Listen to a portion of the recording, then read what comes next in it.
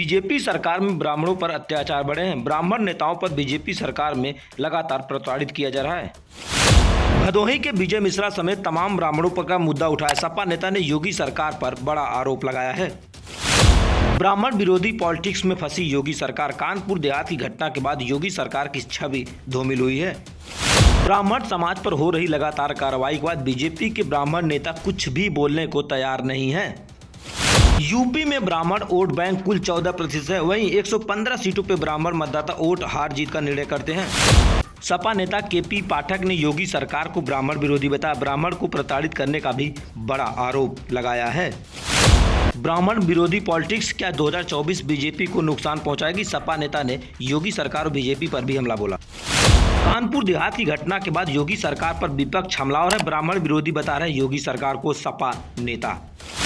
उत्तर प्रदेश के राजनीति में इन दिनों ब्राह्मण विरोधी पॉलिटिक्स की जा रही। जिस तरीके से आपको बता दें कि लगातार सूबे की योगी सरकार में ब्राह्मणों पर लगातार कार्रवाई हो रही, उसको लेकर सपा नेता ने कहीं न कहीं हमला बोला है। उन्होंने ये भी कहा जिस तरीके से ब्राह्मण नेता कुल 14% जो वोटर हैं और 115 सीटों पर जीत हार का निर्णय तय करते हैं, तो कहीं न कहीं जिस तरीके से लगातार कार्रवाई हो रही है ब्राह्मण नेताओं पर, चाहे विजय मिश्रा की बात कर लें, तमाम नेताओं की बात कर लें, उस पर जौनपुर जिले के सपा नेता केपी पाठक ने योगी सरकार पर बड़ा हमला बोला है। मुद्दे पे जनता को भटकाया, हिंदू मुस्लिम का खेला खिलाया, हिंदू भाई और मुसलमान से आपने लड़ाया, धर्म के नाम पर आपने लड़ाया, लोगों से नफरत फैलाई, हमारे ही देश के रहने वाले लोग के साथ ऐसा बीज आपने बोया कि आपस में लोग लड़ रहे हैं और सरकार अपनी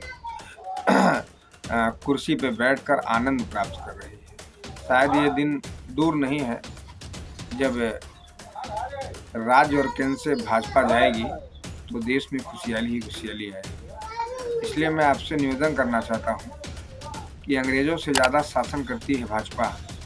भाजपा का हटाना भारत की दूसरी आज़ादी हो। सबसे ज़्यादा प्रताड़ित भाजपा सरकार में ब्राह्मण हुए हैं।